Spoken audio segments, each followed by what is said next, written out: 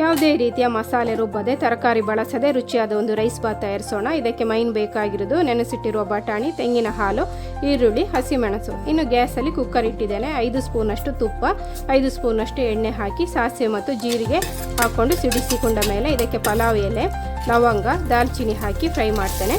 ಇನ್ನು ಹಸಿಮೆಣಸು ಮತ್ತು 3 ಉದ್ದಕ್ಕೆ ಕಟ್ ಮಾಡಿದ ಈರುಳ್ಳಿ ಹಾಕಿ ಫ್ರೈ ಮಾಡಬೇಕು. ಇದರ ಕಲರ್ ಚೇಂಜ್ ಆಗೋ ತನಕ ಫ್ರೈ ಮಾಡಿದ ಮೇಲೆ 3 ಗ್ಲಾಸ್ನಷ್ಟು ತೊಳೆದು ಇಟ್ಟಿದ್ದ ಜೀರಾ ರೈಸ್, ಇದಕ್ಕೆ ಗಂಧಸಾಲೆ ಹಾಕಿ ಅಂತಲೂ ಹೇಳ್ತೇವೆ, ಇದನ್ನು ಹಾಕಿ ತುಪ್ಪದಲ್ಲಿ 1-2 ನಿಮಿಷ ಹುರಿಬೇಕು. ಇನ್ನು ಕೊನೆಯಲ್ಲಿ ನೆನೆಸಿಟ್ಟಿದ್ದ ಬಟಾಣಿ ಹಾಕಿ ಒಮ್ಮೆ ಕಲಸಿದ ಮೇಲೆ ತೆಂಗಿನ ಹಾಲು 3 ಗ್ಲಾಸ್ನಷ್ಟು ಹಾಗೆ 2 ಗ್ಲಾಸ್ನಷ್ಟು ನೀರು ಹಾಕ್ತೇನೆ. ನಾನಿಲ್ಲಿ ಒಂದು ತೆಂಗಿನಕಾಯಿ ಯೂಸ್ ಮಾಡಿದ್ದೇನೆ. ಇನ್ನು ರುಚಿಗೆ ತಕ್ಕಷ್ಟು ಉಪ್ಪು ಹಾಕಿ ಕಲಸಿ ಕುಕ್ಕರ್ ಮುಚ್ಚಳ ಮುಚ್ಚಿ 1 ವಿಸಿಲ್ ಬರಿಸಿ. ಕುಕ್ಕರ್ ಪ್ರೆಷರ್ ಕಮ್ಮಿ ಆದಮೇಲೆ ಲಿಡ್ ಓಪನ್ ಮಾಡಿ ಒಮ್ಮೆ ನಿಧಾನಕ್ಕೆ ಕಲಸಿಕೊಳ್ಬೇಕು.